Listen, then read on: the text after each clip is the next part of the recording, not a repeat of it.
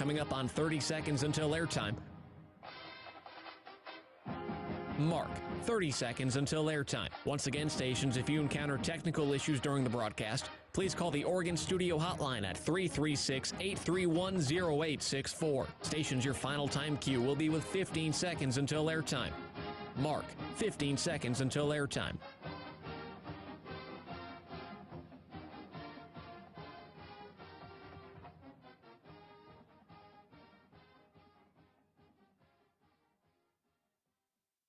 Oregon is going to the Final Four. The following is a Learfield presentation of the Oregon Sports Network. And Oregon is going to play in the national championship game. This is Duck Insider. These are good problems to have, right? So much success that you have more than one place to be. 5-3, touchdown, Oregon. Off a dribble, launches, and hits the three. Oregon leads. What a great opportunity it is to be able to play at University of Oregon. I'm just incredibly proud to be a part of something like this. She wants another three. Oh, three in a row. Oregon is headed to the Super Regional. Big Ten champions, your Oregon Ducks. We are so privileged and so fortunate. We get to see all these young people. We get to see this incredible growth, which is what college is all about. This is Duck Insider on the Oregon Sports Network from Learfield, presented by OnPoint Community Credit Union. People are the point. Now let's go live to the Country Financial Studio to talk Oregon Duck Athletics. Let's do it. Chris Clayton here with you. Happy to have you along with us on a Thursday. This is Duck Insider in our Country Financial Studio. This is a big weekend ahead. I mean, I know, let's just get out in front of it and say it right off the bop here. The Sweet 16, the men's side starts today. That's a bummer. You would hope that an Oregon representative would be there. The women's Sweet 16 starts up tomorrow.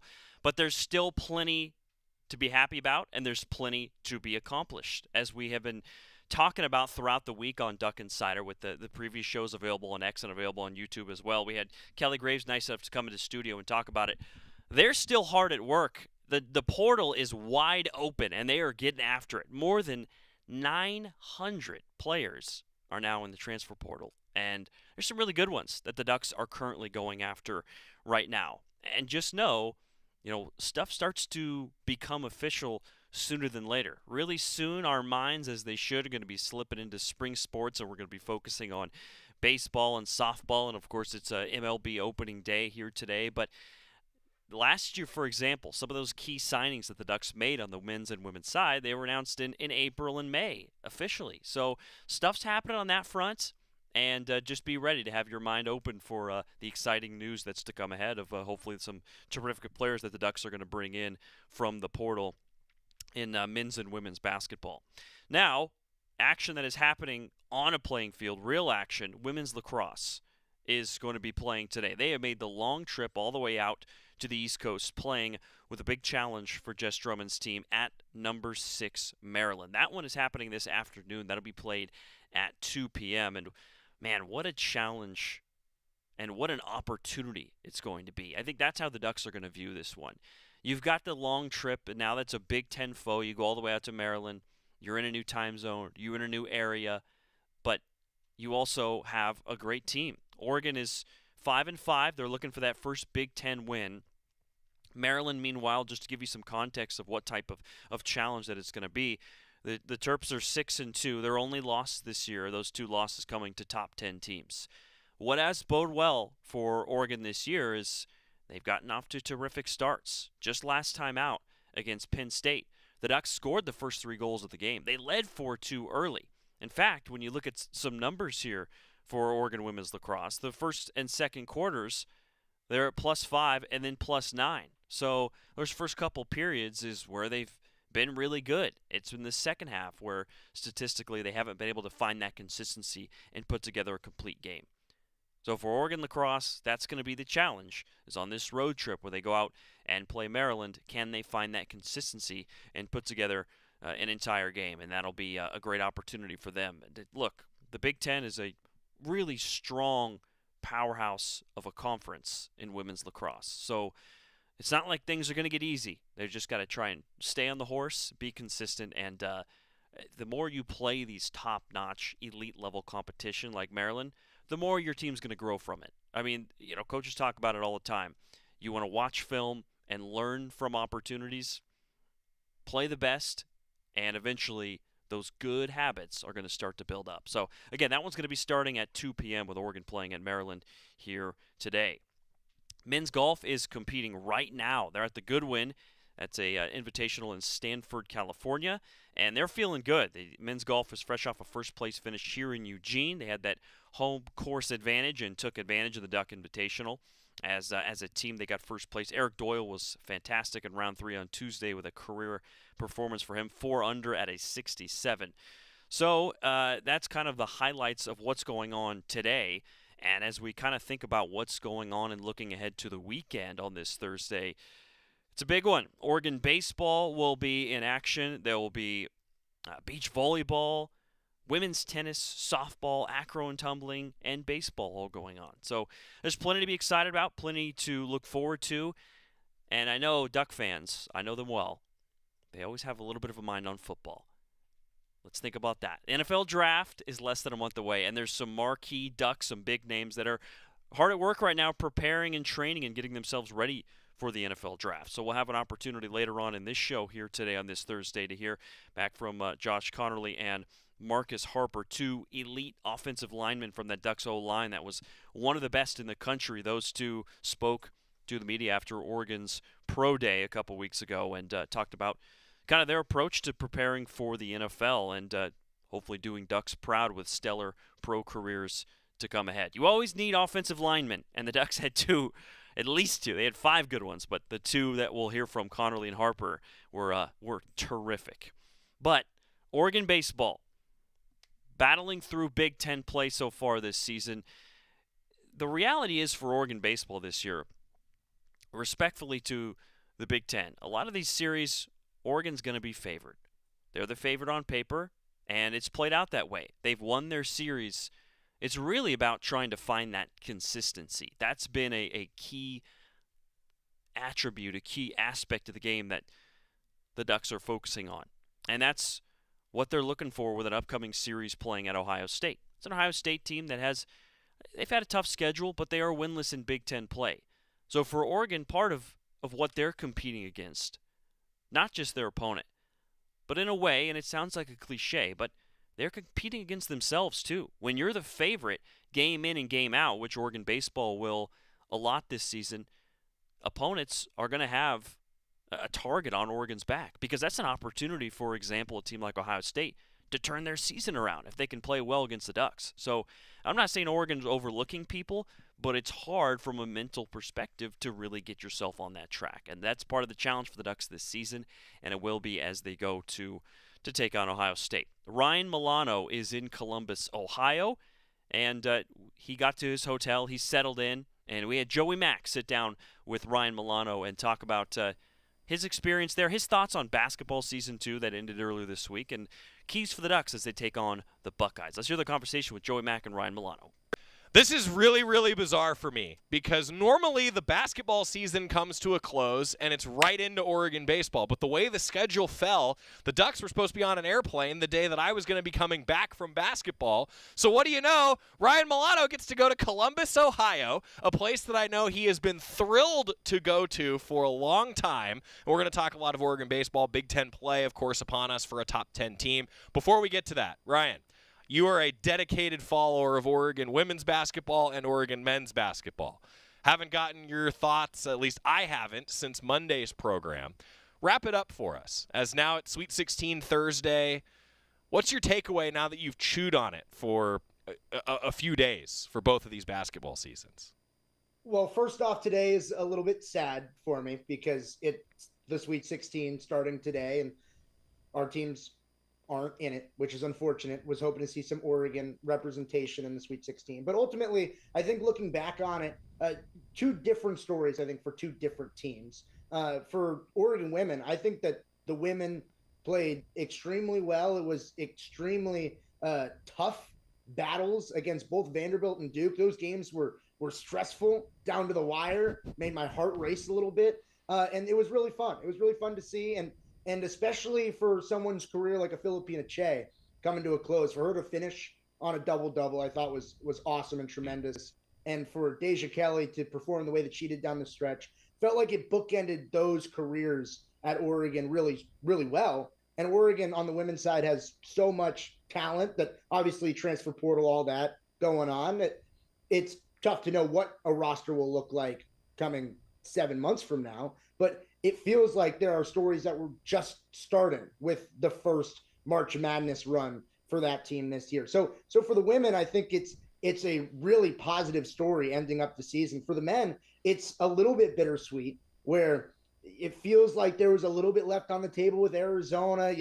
Free throw discrepancy. Arizona outshot Oregon by 5 free throws. It was a 4-point game. That makes the whole difference. I feel like that one stung for me just a little bit more, especially because so many of the seniors that were on this roster for Oregon men's basketball came to Oregon to make a tournament run. I feel like they think that maybe a little bit was left on the table. So I think it's two different stories. But I think for both, the round of 32 games, that was one of the better days of Oregon athletics, of an Oregon Sports Network triple header, the way it was set up. And the games were so good, just great overall basketball games in a nutshell, that it's hard to look at them and really feel that sting of disappointment. But you do. You want to win. You want to move on. And so today, for me, being the start of the Sweet 16 for the men, it is a little bit bittersweet. Yeah, I mean, Arizona's playing today. It's the free throws suck. And to just come back to the women's team for a moment, Chris's blood pressure is still too high after the trip that was. So I'm with you. We're chatting with Ryan Milano, getting ready now for Oregon baseball. Of course, you've called more baseball games than I have this year, Ryan, just with the way the basketball schedule has fallen. And look, this team continues to show a lot of good, but I think Mark Wasikowski would say that there's still some improvement on the table. So for fans maybe that are jumping now onto the Diamond Sports and the spring sport train, Ryan, after basketball season's wrapping up, give us the overview of the season if you could. Give us the general snapshot of where this baseball program's at right now. I think it's in good state right now, but like you alluded to, could be better state for Oregon baseball. It's no secret that this Oregon baseball team, Omaha is the goal. It's where everybody's looking at. It's you go around PK Park at practices, at games. It's what are the goals for the season? Want to get to Omaha. When you go to back-to-back super regionals, that's the new standard that is set, and that's where this team is trying to climb to. And through the early parts of the season, Oregon's had their second best start in program history through this many games in the year. And kind of the narrative around this team, Coach Wasikowski would tell you that Oregon hasn't played their best baseball yet, which means that there's a lot left on the table for this club. From a 50,000-foot view, you look at it and you say, maybe the offense a little bit underperforming in terms of consistency. But then you dig a little bit deeper and you realize, well, 3 of Oregon's best bats have been out for a majority of this season at this point. Oregon just got back Chase Meggers, Drew Smith, and Parker Stinson within the last 2 weeks. Now back into the lineup, some of them for the first time in an Oregon uniform this season. It's a lineup that is going to continue to get deeper as long as everybody else stays healthy as the year continues to move forward. And so I think what Oregon's looking for at this point is a little more offensive consistency to avoid maybe a blemish or two that's been on the record. But to this point, in totality, it's been the second best start in program history. It's been bolstered by some really strong starting pitching, some electric bullpen play. There have been some pieces that we didn't really know how they were going to slot in at the beginning of the season. They've slotted in, and there's been some really strong performances and roles being defined in the bullpen. And then the offense, which was supposed to be the calling card of this team coming in, has been good, but I think could be better. You know, it's amazing to think, too, about the depth of the offense, and you bring up a great point. You and I have talked about Parker Stinson off the air quite a bit, and Drew Smith and Chase Meggers. Mark Wasikowski's not a coach that likes to talk about injuries, but the fact is there were some returners, if you look at last year's stats, that are toward the top in all these offensive categories that weren't playing. Now, how's the lineup shifted, Ryan? How do you expect it even maybe to shift this weekend? A lot of competition, it sounds like, for the Ducks offensively. Yeah, Chase Meggers, Drew Smith, they're 2 300 hitters on their career, and Oregon's just getting to see them for the start of the season.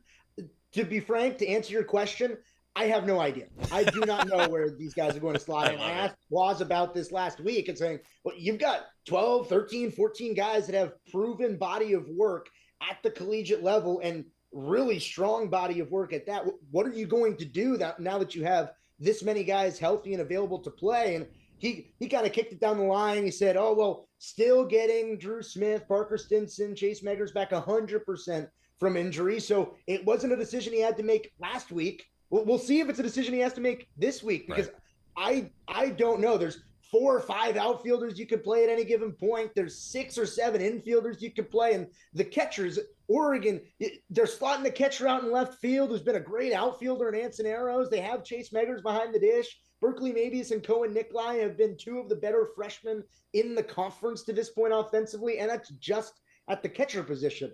I don't know where they're going to play everybody. I think it'll probably be a little bit of this, a little bit of that throughout the course of the year, maybe a handedness platoon matchup, but I think it's a good problem to have. No doubt. And you heard him talk about the rise and what's to come. They haven't even been at their best yet. Oregon baseball sitting at 19-5, 7-2 in Big Ten play. They're number 10 in the country. Haven't been 100% healthy. They're still figuring out the rotation. They've got some young players that are just going to continue to grow over the course of the season. So it's nice to hear that perspective that as great as Oregon's been so far this year, the best is still yet to come moving forward. And there's part 2 of the conversation with Ryan Milano coming up. When we come back, we'll hear Joey Mack and Ryan Milano discussing Oregon baseball even deeper as they play in Columbus at Ohio State. Duck Insider continues next on the Oregon Sports Network from Learfield. As a local community credit union founded by teachers, OnPoint is committed to supporting the students and faculty at the University of Oregon. And on game day, we're right there with you, on the field, in the bleachers, and in the classrooms. Drop by our local branch today and discover the many ways OnPoint can help support your financial well-being. OnPoint Community Credit Union. People are the point. Federally insured by NCUA. Equal housing opportunity. Hey Duck fans, at Country Financial, they make insurance easy. Whether you're shopping for home, auto, or more, their representatives will take the time to understand your specific needs and explain what options work best for you. Worry less and feel more confident knowing you're covered. Visit countryfinancial.com to get started today. Experience more with Country Financial. Auto and home insurance policies issued by Country Mutual Insurance Company, Country Preferred Insurance Company, and Country Casualty Insurance Company, Bloomington, Illinois. Duck Insider continues after this timeout on the Oregon Sports Network from Learfield. Are you prepared for an emergency or disaster? Because it's not a matter of if, but when. Don't find yourself saying, I'll trust water bottles and a flashlight to save the day, but I'll be proved wrong. With a tornado approaching, I'll realize that I lack a wheelchair-accessible shelter. When the floodwaters rise, I'll be up in the attic with 20 cans of beans. It's a recipe for disaster. Let's prepare so we all have a better story to tell. Get started at ready.gov/older adults. Brought to you by FEMA and the Ad Council. Comes to a gun suicide attempt, all it takes is a moment. My son, Ricky, took his life by the use of a firearm. It broke me, and I contemplated suicide. My grandson, I was gonna have to be here for him. I still own my firearm. I keep it in a safe because I want to keep my grandson and myself safe. Store your guns, locked, unloaded, and away from ammo. Hear more safe stories at endfamilyfire.org. Brought to you by Brady and the Ad Council.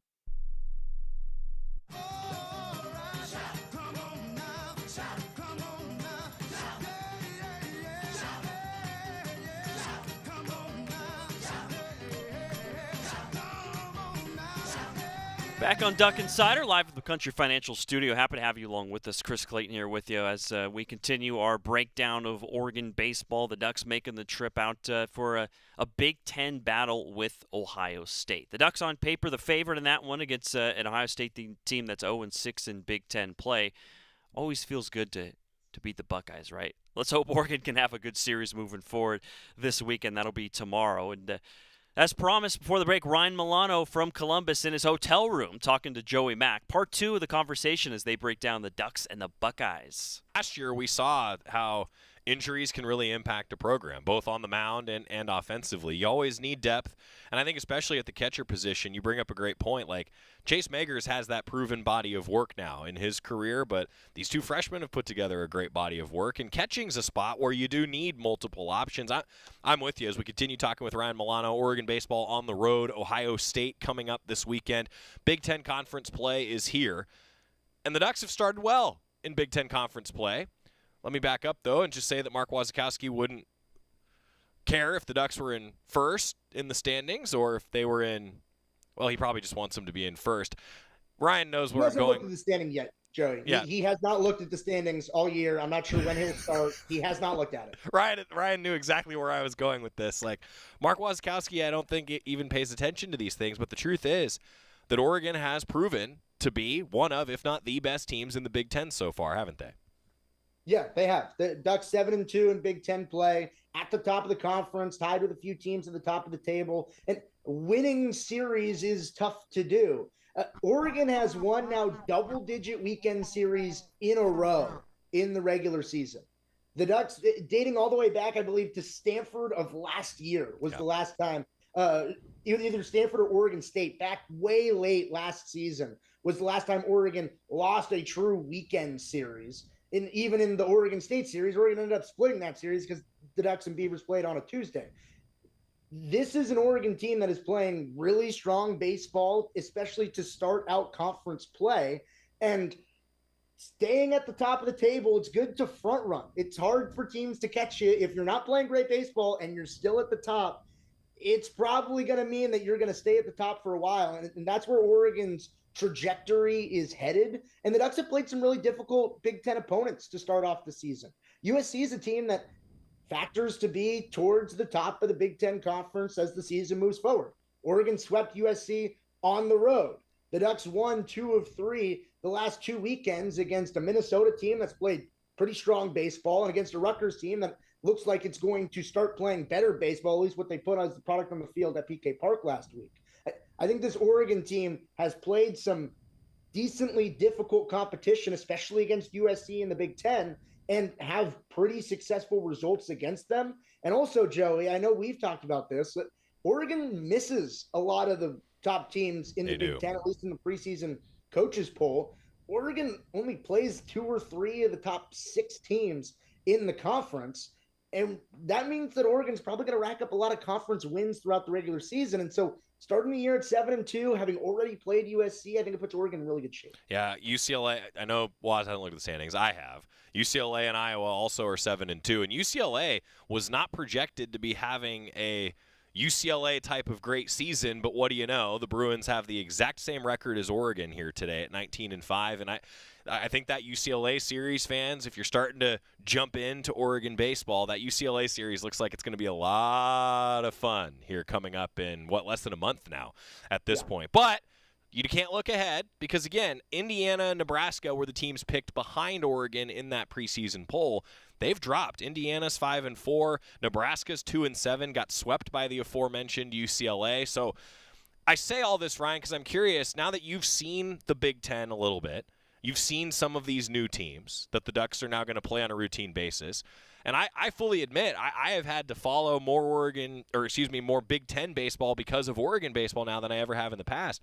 What do you make of the Big Ten? What do you think here at this point in the year? It's a competitive conference.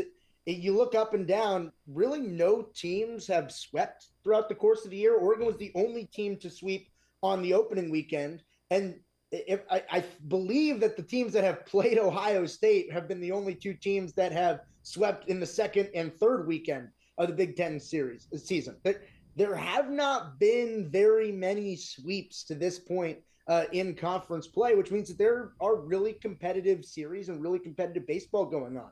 Big Ten Conference, I know that this was a topic of conversation transferring from the Pac-12 to the Big Ten. What is baseball going to look like? Is it going to be the same caliber of conference? And just looking game to game from a night in and night out basis, it looks like the Big Ten is equally as competitive as what we saw in the conference last year. These are conference teams that can win against any given opponent on any given day. It is competitive baseball throughout. There's a lot of talent on a whole lot of these rosters and a lot of young talent. I think that some of these Big Ten teams have seen that UCLA and USC and Washington and Oregon are coming into their conference, and they're investing more into baseball. And we're seeing a lot of really young talent across the conference that are having strong starts to their careers and playing early, which means that the conference, as years go by, will only bolster in terms of its talent level in baseball, but also that we're getting to see a lot of really talented youngsters get action early in their careers,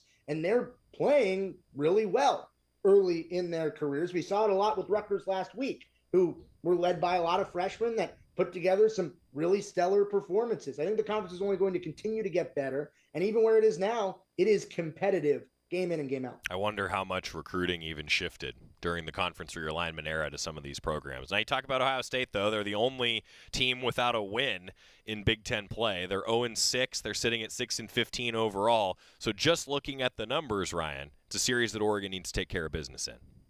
Yeah, absolutely. It's Oregon's second road series of the season. The Ducks have only been away from PK Park for 3 games this year. The Ducks won all 3 of those games against USC. It's an Ohio State team that has not had a very strong start to their season.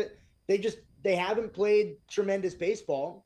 6-15 is their record on the year. But what Ohio State has done is they scheduled tough in the non-conference, and despite being swept by Arizona State, losing to Alabama, losing to Oregon State, talented teams have been on the schedule for Ohio State.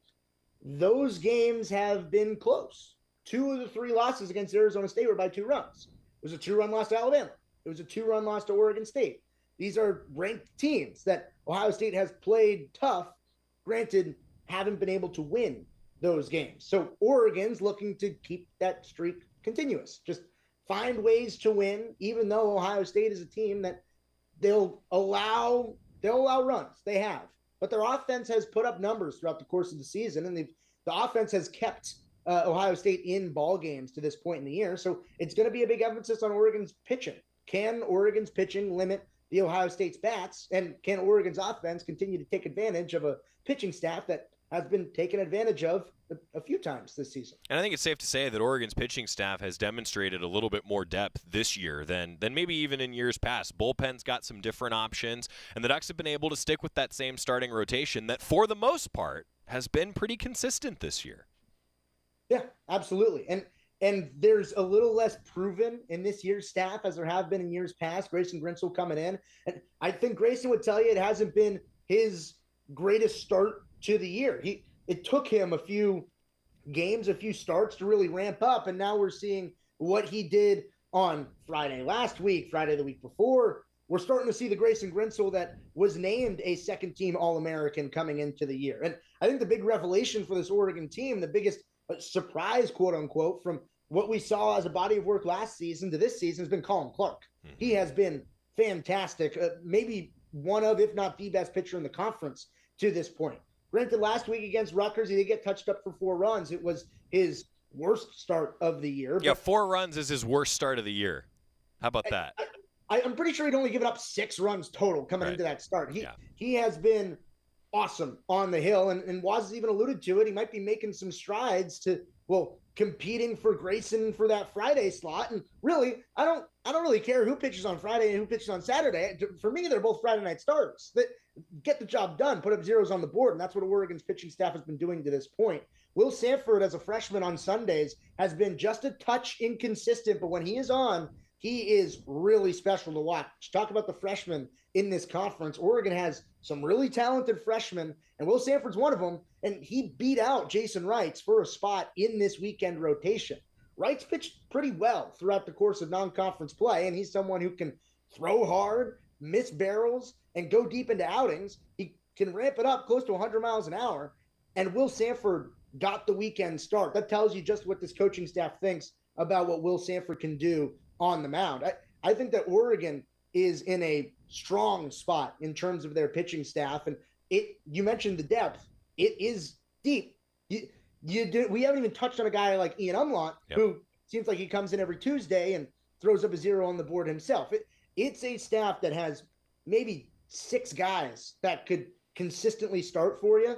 And Oregon has been utilizing those guys. And it's worked. It's really shortened games in the back end because there's so many pitchers on this Oregon team, whether they're starting or not, that can go 3 or 4 innings of no-run ball, and well, all of a sudden you're into the 9th, and here comes Cole Stokes. Right, and Stokes has been another, you talk about player development.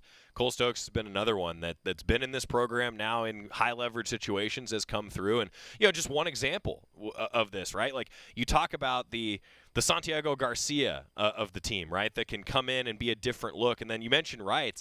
I've loved that he's relieving Grayson Grinsell. You go from this lefty in Grinsell to Wright, this tall, hard-throwing right-hander, like, that stuff matters, right? In the sequencing of pitching that Coach Hawksworth has done all season long, it's been fun to watch. It's a deep Oregon team, a bona fide title contender, Big Ten, Omaha. We'll see. Ohio State this weekend. Ryan Milano will have the call for you for all 3 games from Columbus. Ryan, thanks, buddy. Enjoy Columbus as best you can, huh? As best I can. What's he saying about Columbus? You can read between the lines. Ryan's there. He's hopefully enjoying himself, but we'll see. He's in his hotel room right now. Hopefully he can get out and do some fun things. But he's on a work trip. He's going to be calling Oregon baseball as the Ducks take on the Buckeyes this weekend in Columbus. When we come back, let's talk a little football, huh? The NFL draft is coming up in less than a month, and we've got some more audio to bring to you. Part of the Ducks' elite offensive line from last season, preparing for their professionals' careers. Coming up next on the Oregon Sports Network from Learfield. Jan here. Spring is in the air. Time to get back outside with a new Toyota. Go from dreaming it to driving it. Dealer inventory may vary. See your participating Toyota dealer for details. Event ends March 31st. Toyota, let's go places.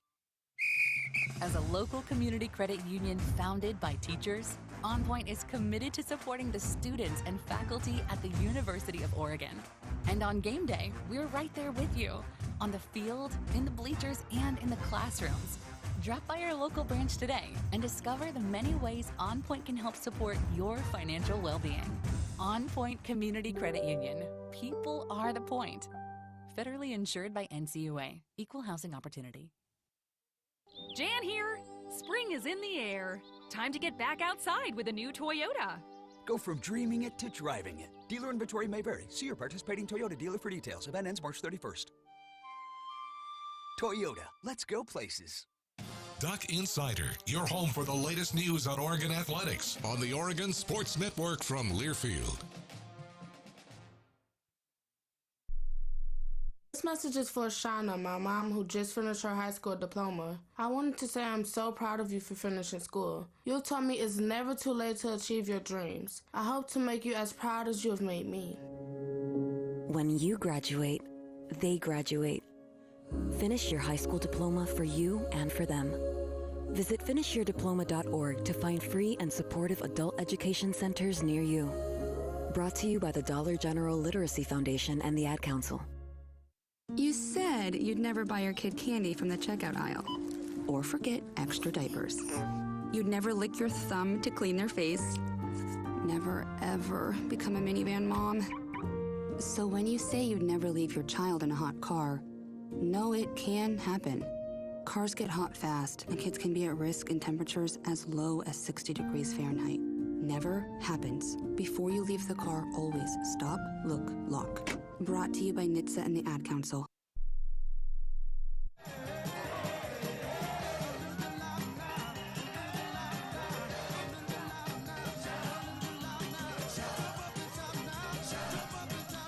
Back at the Country Financial Studio, this is Duck Insider on a Thursday.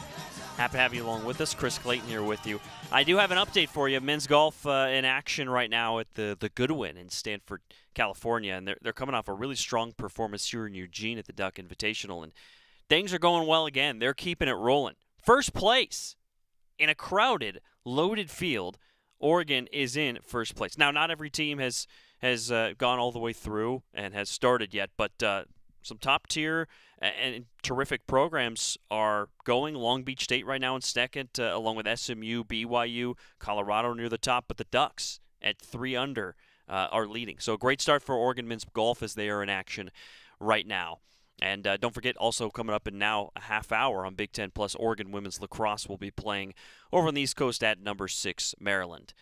And it's that time of year now as we go into the spring where for a lot of people football is kind of off their minds. But the NFL draft is coming up. That's the thing about football, especially in America. It never really leaves people's minds. People go crazy for it. They're always thinking about it. So let's talk football, right? April 24 through 26 is the NFL draft. And part of what made Oregon so successful here this season was that Ducks offensive line, a finalist for the Joe Moore Award here this past season, which is the award for the best offensive line in the country. Two names that were terrific this year, Josh Connerly Jr. and Marcus Harper. Let's talk about Connerly first. I think he's a story of development too. A guy that went from honorable mention all Pac-12, and we know that's, it's a guy that we're on people's radar as certainly being a force. But he comes back and he explodes onto the national scene into All-America status. So he's a guy that just got gradually better year to year, found himself coming out of last season as one of the best offensive linemen in the country. And now he finds himself as one of the best offensive linemen in the draft. It's hard to measure offensive linemen with stats, but one way to do that in a simple way is to look at how many sacks they allow, right? And as a left tackle, that's what the NFL scouts are looking for, protecting the quarterback. Connerly was terrific with that. Per Pro Football Focus, he allowed just 1 sack on 494 pass block opportunities. Just 1 sack. And only 9 pressures. Dylan Gabriel was pretty safe back there for the most part this season with the star power of Josh Connerly at left tackle. Oregon had Pro Day about 10 days ago now, a week and a half ago, and he spoke to the media about how he's preparing for the NFL draft and how he's getting ready for his professional career. Let's hear from Josh Connerly. Go back to the combine, Josh. Before got a lot of love on NFL Network, and yeah. Like seeing it. So how do you feel you did back in Indy? I feel like it was a solid day. I feel like my broad and 40 could have been a little better, but put the numbers out there, and I was happy with them. Had a good performance in the position work, so I feel like it was a solid day. How do you feel like the team meetings, all the formals went? Yeah, all of them were really good. Did some install stuff, told my story to a couple teams, you know what I mean? So I feel like everything went pretty well. So. What was one of the more unusual questions you got in those formals? Do I fight in practice and stuff like that? But I was just like, no, I don't fight my teammates. So, yeah. What's this whole experience kind of been like for you? It's been really fun. It's kind of weird becoming a sprinter. You know what I mean? Like working on sprinting stuff and then balancing that with position stuff and still getting ready for that. So, I feel like that, kind of getting comfortable with that was a little awkward, but but I feel like all my position stuff was pretty good. So, yeah. What's the next month kind of look like for you? Shoot, just continue to prepare myself for the season. You know what I mean? No matter where I end up, just got to make sure I'm ready. How many top 30s you got lined up? About 7. Yeah, 7 so far. Formals with or new teams? Or? Some new, some of the ones I have formals with as well. So, when this is the last experience here? Yeah, last workout in the mall, and then I benched this morning and had my last lift in the weight room. So, it's bittersweet, but I'm glad and happy to see what comes next for the facility, and I'm glad that they're finally getting it started. So. If you get invited to Green Bay, will you go? Or? No, I'm gonna be at home with my family. Yeah. What's going to be your biggest takeaway or your most memorable takeaway from your 3 years now? You said from here? Yeah. Just getting out there and watching everybody eat and all the testing, and then getting out there and working out with all the guys one more time. You know what I mean? So. I'm just taking it all in right now, and I'm happy with it, and just looking to watch everybody finish up. So, From today and your time at Oregon in general, what do you think was your biggest improvement and the thing that you're excited to bring most to the league? Yeah, I feel like I've improved a lot as a man. I've grown up, first off, and then I feel like I've matured a lot and not dwell on old things. Just kind of fleshing bad things that happen and just going on, moving on to the next. And I mean, I feel like what I'm gonna bring to the league is just being my best self and, you know, bringing nice young talent into the league. So. For this next year's Oregon team, who are you kind of excited to see have a bigger role? Obviously, I'm excited to watch Mateo go back-to-back sack leaders, so I'm excited for that. And then, really to see the revamp of the O-line. I feel like they're really going to flourish, whether they allow the younger guys to step up and fill in those positions, or if they allow the transfers to fill in those positions. I mean, no matter what, I feel like we'll be straight. You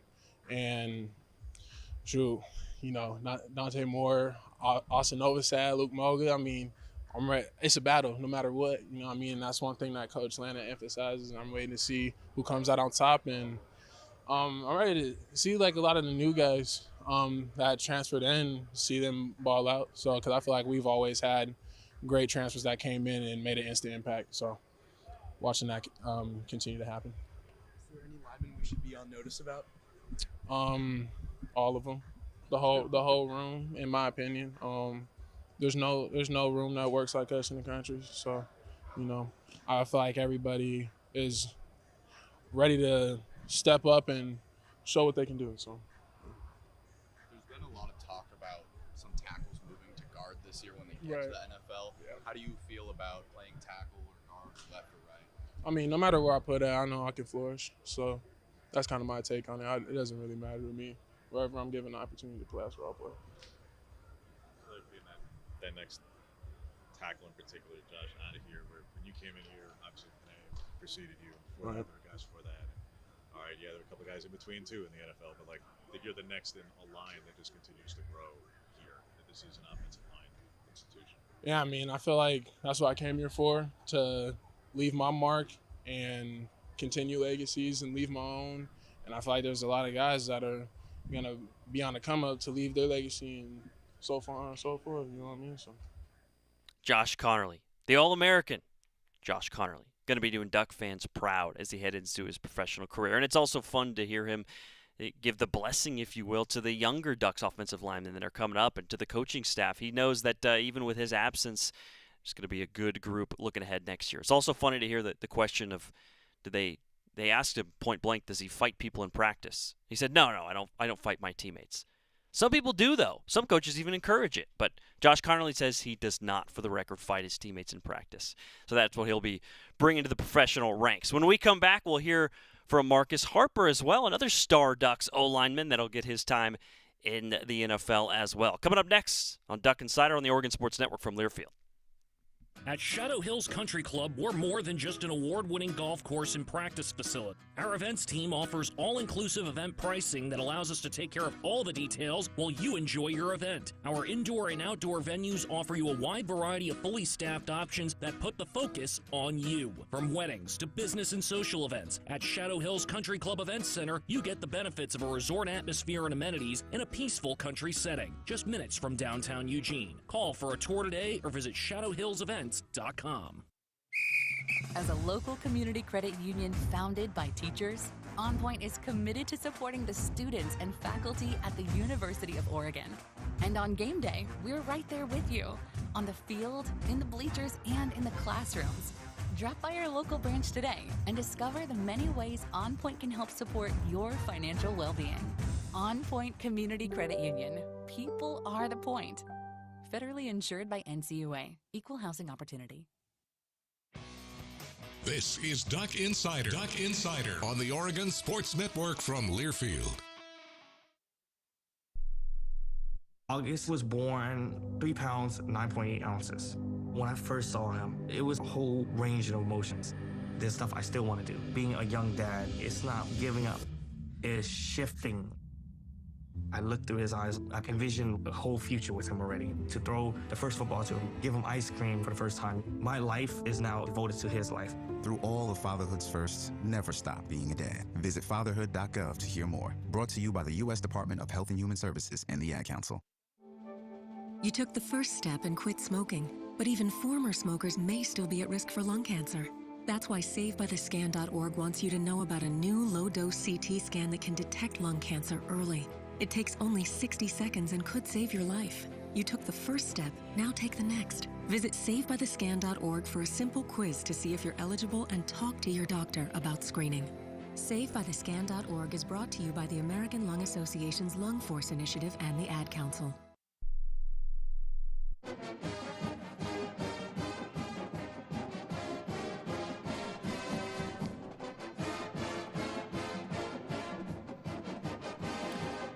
Back in the Country Financial Studio, this is Duck Insider. Chris Clayton here with you. Coming off of Oregon Pro Day about a week and a half ago. We already heard from Josh Connerly Jr., one of the best offensive linemen in the country. Another part of that Oregon offensive line this past season, Marcus Harper, an interior offensive lineman for this group. He didn't allow, in 376 pass block opportunities last year, didn't allow a single sack. Again, I mentioned earlier, it's hard to measure offensive linemen with statistics other than how many yards the team rushed for, how many points the team scored. But that's a good one to look at with Harper and with Connerly, is that those two combined allowed 1 sack this season. Harper's waiting for his name to be called at the NFL draft in less than a month, and a week and a half ago he caught up with the media at Pro Day. Most important, how much charcuterie did you? I'm kidding. James, how do you feel like you did?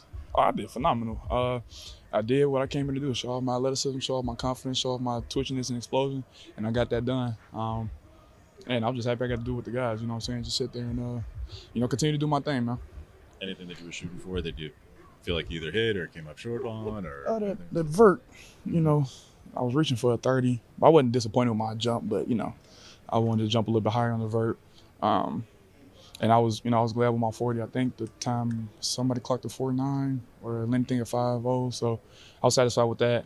And then bench, I was actually thought I did better on the bench. In my head, I thought I wasn't counting, but when I kind of like came to, I thought I was at like 18 or 19, and then I came up. They said I had 21, so that was good numbers for me and things like that. And then everything else was good. Like I was confident in my short shuttle and my L, and good at Pro Day.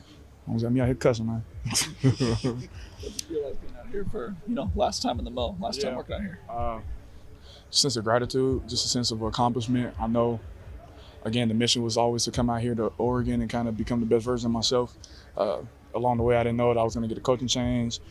I didn't know a couple injuries were going to happen, you know what I'm saying? But it was all well worth it, and I'm glad I did it. I just say, just best 5 years of my life, honestly. I turned into a version of myself that I like and I'm satisfied with, and I put out a body of work that I love to, it's a great foundation for what I want to accomplish in the future and just continue to build off of it. So I'm gonna eat a Snickers for that one because, I deserved it, baby. I deserve me a Snickers. So.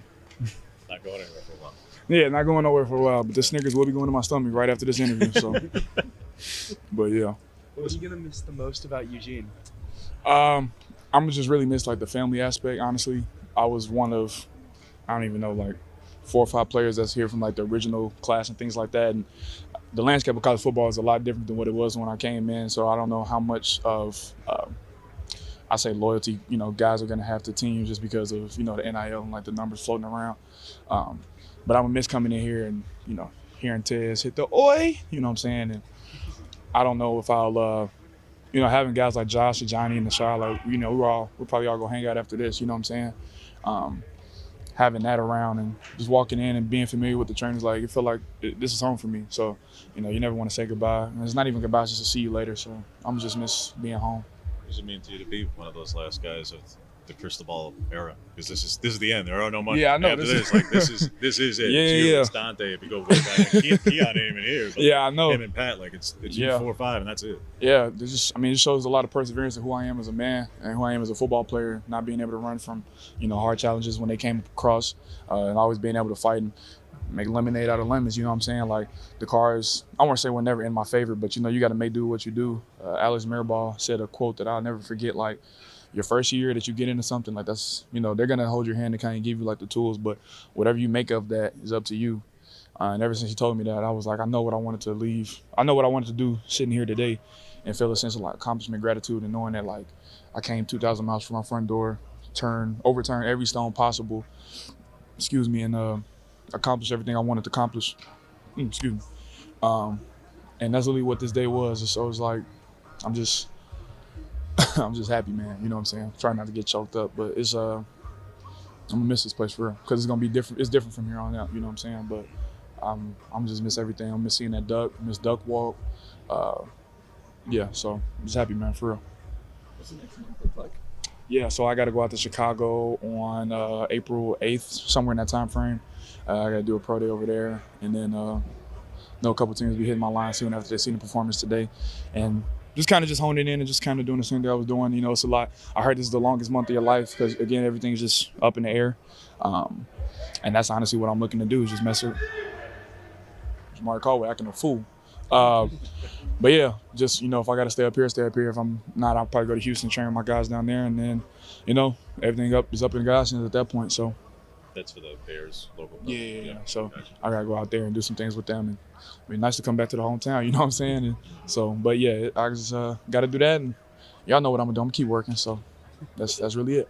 For this next year's team, are there any guys you're interested in seeing them, like their opportunities growing for them? Yeah. Except for a couple of those guys. Yeah, Poncho, obviously, Mateo, Devin Jackson, Dante Moore, all the guys that were here last year on the last year's team, and it's time for them to step into the role that they, you know, weren't normally in last year. Those guys. I don't know who else is Tatum.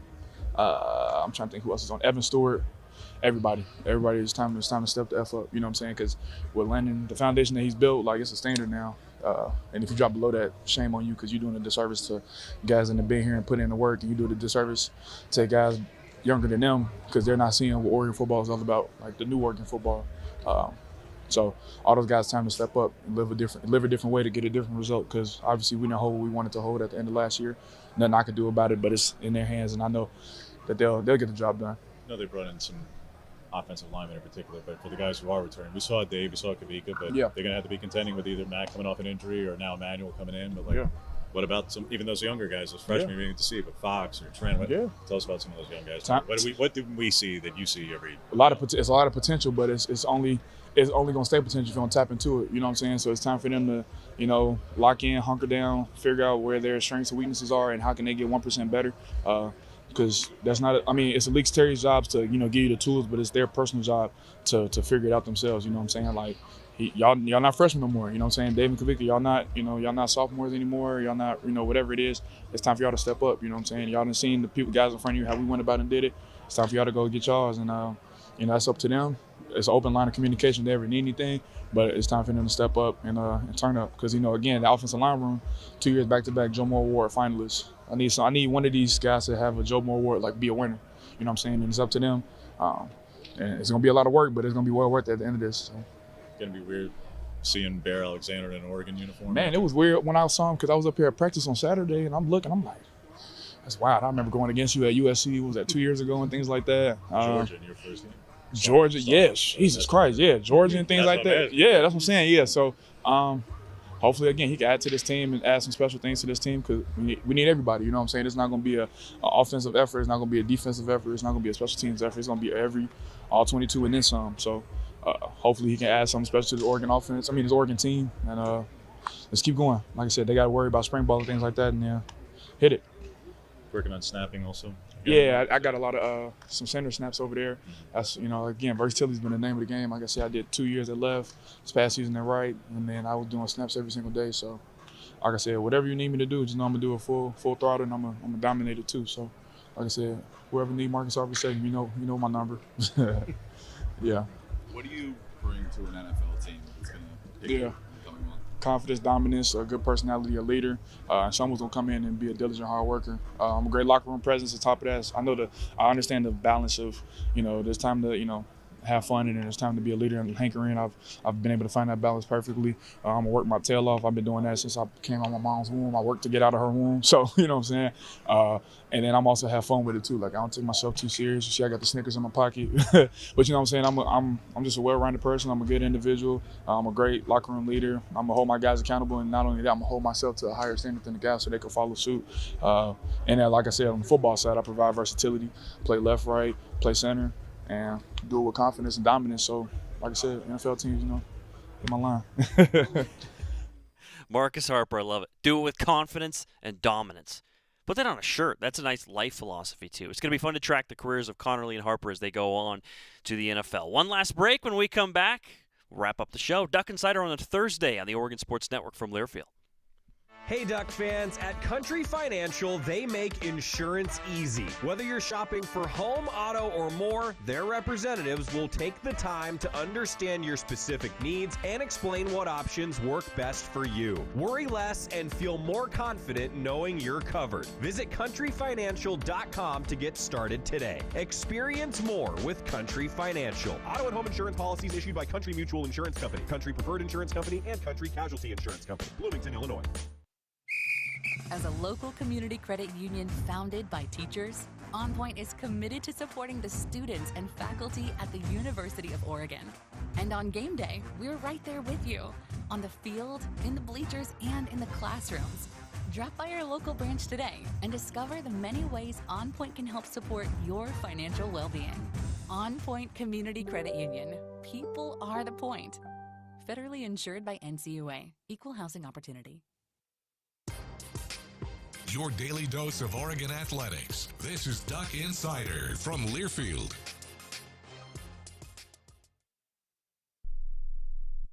Uh-oh, Brad's buzzed. Oh, yeah? Yeah, he's starting with the woots. And now a speech. I just want to say that friendship is about heart and brain. Who's with me? Good thing is, he knows when he's buzzed. And my brain is saying, when it's time to go home, somebody call me a ride. Love that guy. Me too. Know your buzzed warning signs? Call for a ride when it's time to go home. Buzz driving is drunk driving. A message from NHTSA and the Ad Council. Substance use disorder and addiction is so isolating. And so, as a Black woman in recovery, hope must be loud. It grows louder when you ask for help and you're vulnerable. It is the thread that lets you know that no matter what happens, you will be okay. When we learn the power of hope, recovery is possible. Find out how at startwithhope.com. Brought to you by the National Council for Mental Wellbeing, Shatterproof, and the Ad Council.